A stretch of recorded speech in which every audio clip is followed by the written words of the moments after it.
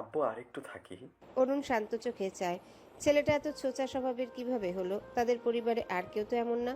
ভোর বাবার চাহনি দেখে চুপ করে চায়। পাতা খেয়াল করে সবটা। অরুণের দিকে তাকিয়ে ভেঙচি দিয়ে বিড়বিড় করে বলে শালা। অরুণের কানে পৌঁছায় না, তবে পাতার দিকে তীক্ষ্ণ দৃষ্টিতে চায়। মেয়েটাকে দেখে মনে হচ্ছে কোনো অষ্টাদশী রমণী। গোল জামার সাথে গলায় ওড়না পেঁচানো, কাঁধ থেকে সামান্য নিচে গড়িয়ে পড়া চুল ঝুটি করে রেখেছে ছোট বাচ্চাদের মতন। সামনের চুলগুলো ছোট ছোট করে কাটা, সেগুলো কপালে পড়ে আছে। এই হিট অ্যালার্টের তাপমাত্রায়ও গরম লাগে না নাকি? গরম লাগলে কি, মেয়েদের আগে ফ্যাশন তারপর বাদ বাকি। অরুণ ছেলেকে কোলে নিয়ে মেন দরজার পাশে সুজোড়া এক হাতে তুলে নেয়। তারপর বেরিয়ে আসে ঘর থেকে। বেরোতেই সামনে পাতার বাবা আতিকুর ইসলাম সামনে পড়ে। তিনি অরুণ ও ভোরের দিকে এক পলচে পিছনে থাকা সকলের দিকে প্রশ্নাত্মক দৃষ্টিতে চায়। অরুণ তার চাহনির মানে বুঝতে পেরে ভোরের সুজোড়া বাম হাতে নিয়ে হাত বাড়িয়ে বলে, আমি অরুণ সরকার, এটা আমার ছেলে ভোর সরকার, মিস পাতাবাহারের স্টুডেন্ট। বায়না ধরে এসেছিল, আমি নিতে এসেছিলাম। আতিকুর ইসলাম হাত মেলালেন, হালকা হেসে বললেন, অরুণ সরকার মানে? সরকার জুয়েলারি ফ্যাশন হাউসের ওনার। আতিকুর ইসলামের হাসি চওড়া হয়। গরিবের বাড়িতে হাতির ভাড়া, অবাক হলাম। আসতে পারি না? পাতা অবাক গাম্ভীর্যে ঠাসা। অরুণ সরকার হাসছে, এই প্রথম হাসতে দেখলো। না, লোকটাকে হাসলে বেশ লাগে, একদম ক্রাশ খাওয়ার মতো। মর্জিনা থুকু। পাতা এসব কি ভাবিস? অরুণ সরকারের শুনলে তোকে আস্ত রাখবে না। আতিকুর ইসলাম হেসে বলল, অবশ্যই আসতে পারেন। তা এখনই কোথায় যাচ্ছেন? বসুন। না, আর্জেন্ট কাজ পড়ে গেছে, অন্যদিন আসি। বলেই পা বাড়ায়। ভোর সবাইকে টাটা দেয়, এক হাত নাড়িয়ে অন্য হাতে বয়াম। লতার কিছু মনে পড়ায় পাতাকে বলে। ও শিট। পাতা জিভে কামড় দিয়ে রুমে গিয়ে শার্ট নিয়ে আসে। আতিকুর ইসলাম সহ সবাই ড্রয়িং রুমে। পাতা শার্টটা নিয়ে বেরিয়ে আসে। অরুণ ভোরকে কোলে নিয়ে গাড়ির কাছে চলে গেছে। পাতা দৌড়ে সেখানে যায়। অরুণ ভোর ঘুরে তার দিকে চায়। পাতা হেসে বলে, ভোরের শার্ট খুলে দিয়েছিলাম, এই নিন। অরুণ পাতার হাত থেকে শার্ট নিয়ে ভোরের দিকে চায়। গায়ে একটা টি শার্ট, সাইজে ভোরের থেকে বড়। এটা কার? ভোর ইশারায় পাতাকে কাছে ডাকে। পাতা খানিকটা এগিয়ে যায়। ভোর আরো কাছে আসতে বলে। পাতা ইতস্তত বোধ করে। আরো এগিয়ে গেলে তো ওই নাকুচু লোকটার অনেকটা কাছে চলে যাবে। ভোর যে তারই কোলে। অরুণ ছেলের গতিবিধি আগেই ধরতে পারে। পাতার কাচুমুচু চেহারা দেখে বেশ লাগে। ভোর বিরক্ত হয়ে বলে, মিস আসুন না। অগত্যা পাতা এগিয়ে যায়। ভোর ঝুঁকে পাতার গালে চুমু দিল। পাতা মুচকি হাসে। বাচ্চাটা এত আদুরে, তবে সে খানিকটা লজ্জা পায়। অরুণের দৃষ্টি পাতাতেই নিবদ্ধ। মেয়েটা লজ্জা পাচ্ছে। সিরিয়াসলি, এই ছোট ও বাচ্চার চুমুতে বিয়ের পর এই মেয়ের কি হবে ওপরওয়ালাই জানে। ভোর পাতাকে উদ্দেশ্য করে বলে। মিস আমারটা। পাতার চোখ ছোট ছোট হয়ে যায়। বাহ, এই ছেলে দেখি সুবিধাবাদী। আদর দিয়ে আবার আদর আদায়ও করে নিবে। পাতা ভোরের গালে চুমু দেওয়ার জন্য হালকা উঁচু হয়, নাগাল পায় না। এই মেহগনি গাছের কোলে কিনা। ভোর খানিকটা ঝুঁকে অরুণ তাকে সোজা করিয়ে দেয়। পাতা ভোরের কোমর জড়িয়ে রাখা অরুণের হাতের উপর ভর দিয়ে উঁচু হয়। টুপ করে ভোরের গালে চুমু দিয়ে বিজয়ী হাসে। অরুণ ঝট করে পাতার হাত সরিয়ে দেয়। পাতার চোয়াল ঝুলে যায়। সে কি কারেন্ট নাকি এভাবে সরিয়ে দিল? নাকি তার গলায় ঝুলে পড়েছিল? আশ্চর্য অ্যাটিটিউড দেখে মনে হয় মেয়েদের কাছেই খেসে না। পাতা জোর করে মুখে হাসি বুলিয়ে বলে, আবার এসো ভোর। ওকে মিস, আপনাকেও আমাদের বাড়িতে নিয়ে যাব, কেমন? ঠিক আছে, আর তুমিও এসো, তবে তোমার এই নাকুচু ব্যাপারটাকে আনবে না। অরুণ শান্ত দৃষ্টিতে পাতার দিকে তাকিয়ে পাতার কথা শুনে হালকা হাসে। পাতা সেদিকে চোখ ছোট ছোট করে চায়। সে তো ঝগড়াঝাটির প্রস্তুতি নিয়ে এসেছে। কত বড় সাহস তাকে কিডন্যাপার বানিয়ে কেস ঠুকতে চায়। কতগুলো ধমক দিল আর এখন হাসছে। অরুণ ঠোঁটে হাসি বজায় রেখে বলে, মিস পাতাবাহার, আই এম সরি। আসলে তখন মেজাজ ঠিক ছিল না। আরবি ভাই ফোন করে বলে ভোরকে পাওয়া যাচ্ছে না। শুনেই মাথাটা কাজ করা বন্ধ করে দেয়। ছেলেটা আমার প্রাণ। পাতা অবাক হয় বেশ। নাক উঁচু অহংকারী ম্যানারলেস লোকটা তাকে সরি বলছে, আবার এক্সকিউজেস দিল। না, লোকটা অতটাও নাক উঁচু না। সরি বলতে হবে না, আমি বুঝতে পেরেছি। আসছি। বলেই গাড়ির দরজা খুলে ভোরকে বসায়। পাতা সেখানেই দাঁড়িয়ে। শুনুন, অরুণ থমকে যায়, ঘাড় ফিরিয়ে বলে, জি। আমি পাতা, নট পাতাবাহার। এ কি হলো? এক হলো না। পাতা বাহার কোথা থেকে এলো শুনি? অরুণ সোজা হয়ে দাঁড়িয়ে বুকে হাত গুজে গম্ভীর গলায় বলে, আপনি ঝগড়া করতে এসেছেন? পাতা ঘাবড়ে মাথা এদিক ওদিক নাড়িয়ে না বোঝায়। এই তো ঠিক ছিল, হঠাৎ এভাবে দৈত্যের মতো করে বলছে কেন? অরুণ গাড়িতে বসে। ড্রাইভার গাড়ি স্টার্ট দেয়। অরুণ দরজা লাগিয়ে জানালার কাচ নামিয়ে বলে, ওই মিস পাতাবাহার, আপনাকে ঘাবড়ানো দেখলে ব্যাঙের বাচ্চাদের মতো লাগে। পাতার চোখ বড় বড় হয়ে যায়। ব্যাঙের বাচ্চা বলল তাকে। আর আপনাকে খ্যাপা সার লাগে, সব সময় ফোঁসফোঁস করে যে, সেরকম। কিছুক্ষণ থেমে আবারও বলে, আমি দ্বিধায় আছি।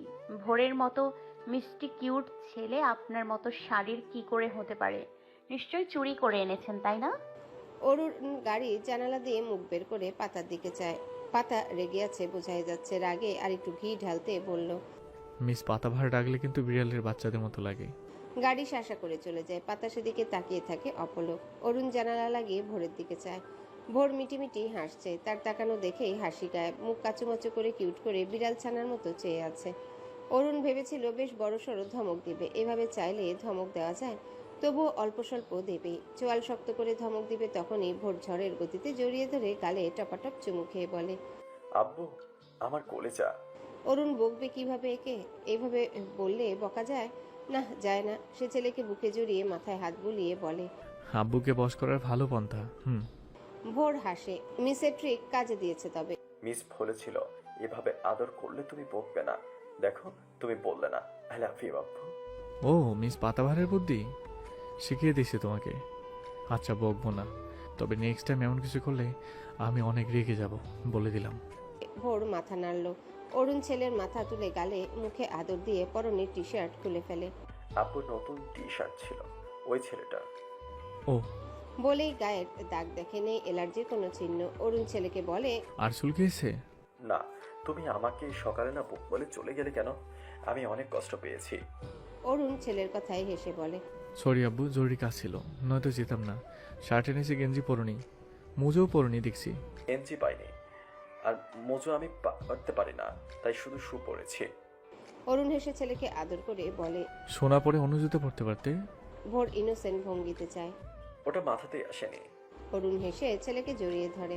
তাই আমার ছেলেটা বুদ্ধি কবে হবে, কবে বড় হবে? আব্বু ঘুমিয়ে না এখন।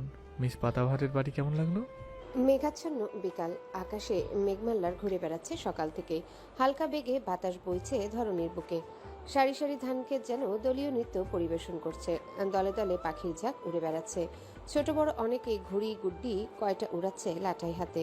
মেঘাচ্ছন্ন দিগন্তের বুকে রং বেরঙের ঘুড়ি দেখতে বেশ লাগছে। বড় কয়রা দিগন্তে জুড়ে ভো ভো শব্দের সমাহার সৃষ্টি করছে। পাখির দল ভয়ে হয়তো সেদিকেই যাচ্ছেই না। সাদা বকের এসবে ভয় নেই বোধহয়। বক উড়ে কয়রাতে বসছে তো গুড্ডিতে ঠোকর দিচ্ছে।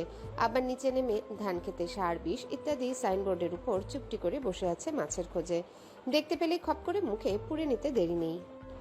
শুক্লা মণ্ডল সহ এলাকার কিছু লোক পাতাদের বাড়ির একটু দূরে মাচায় বসে সিগারেট ফুঁকছে। একটু আগে শুক্লা সহ সকলে তীক্ষ্ণ নজর পাতার অচেনা লোকের দিকে নিবদ্ধ ছিল। দূর থেকে সব পর্যবেক্ষণ করেছে। তাদের আলাপ আলোচনা কানে না আসলেও সন্দিহান হয়ে চেয়েছিল সকলে। শুক্লা শয়তানি হেসে সিগারেটের ধোঁয়া নাক মুখ দিয়ে বের করে শূন্যে ছুঁড়ে বলে, ওই সাহেব গোছের লোকটা কেডা? বড় গাড়িও আছে, দেখে ভালো বংশের লাগছে। আমার জানা মতে আতিকের এমন উচ্চবিত্ত কোনো আত্মীয় নাই, তাইলে কেডা? আরেকটা লোক বলে, হবে হয়তোবা দুঃসম্পর্কের। তাই মাইয়া পাতার সাথে এমন রং তামাশা করছিল কেন? এটা শহর না যে যা মন চায় তাই করব। চক্ষু লজ্জার একটা ব্যাপার আছে না? সবাই সাই জানালো। পাতা তখন লোকটার অনেকটা কাছে গিয়েছিল, হাতও ধরেছিল, যেটা তাদের দৃষ্টিতে কটু লেগেছে।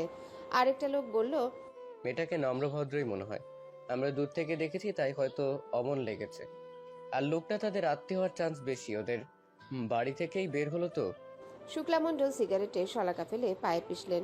শালি তাকে সবার সামনে মেরে অনেক বড় বিপদ ডেকে এনেছে। তুই বুঝতে পারবি না শুক্লা, তোর জীবনে কি ঝড় বয়ে আনে। শোনো শামসুল, যে বেশি ভদ্রতা দেখায় তার মধ্যেই ঘাবলা আছে। ম্যানা রাই তেনা ছেড়ে, জানো না? ওই মাইয়ার জন্মেরই তো ঠিক নেই বোধ করি। দেখো না, আতিকের ভাইরা ভাইয়ের ঘরেই বড় হইছে।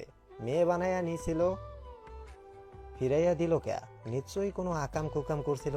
মাইয়াটার বয়সও তো মেলা, 24-26, অথচ বিয়া হওয়ার নাম নাই। দেখতে সুন্দর হইলে কি হইব, চরিত্রের ঠিক নাই।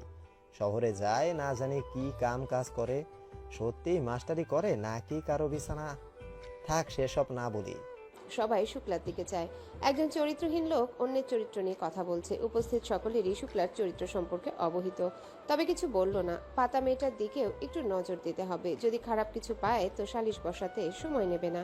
দরকার হলে এক ঘরে করে দিবে আতিকদের। তাদের গ্রামে এসব নোংরামি চলবে না। অথচ তারা গ্রামবাসী এটা ভাবেই না শুক্লার চরিত্রের ঠিকানা নেই, সে অন্যের চরিত্রের ইজহার করে। আর মেয়ের চরিত্রের সমস্যা হলে তার নামে নালিশ বসাতে হবে, এক ঘর করে দিবে। সেখানে শুক্লার মতো কত শত ছেলের চরিত্রের গুণাগুণ জেনেও চুপ রয়। ঠান্ডা বাতাস পাতার শরীরে বাড়ি খাচ্ছে। সে এখনো দাঁড়িয়ে সে জায়গায়। লোকটা তার সামনে তাকে ব্যাঙের বাচ্চা আর বিড়ালের বাচ্চাও বলে দিল। না, সে ব্যাঙের মতো লাফায় না, বিড়ালের মতো মিউ মিউ করে খামচি দেয়। তবে কোন লজিকে বলে দিল? শালা তুই বিড়ালের বাচ্চা না, বিড়াল কিউট হয়, তুই এটা খ্যাপাসার, সাথে মহিষও। মনে মনে বিড়বিড় করতে করতে পাতা বাড়ির ভিতরে ঢুকে দরজা বন্ধ করে দেয়। ড্রয়িং রুমে সবাই আলোচনা করছে কিছু বিষয়ে, পাতা কিছু বুঝতে পারল না। লাবিবের কাছে গিয়ে তাকে ধীরে বলে,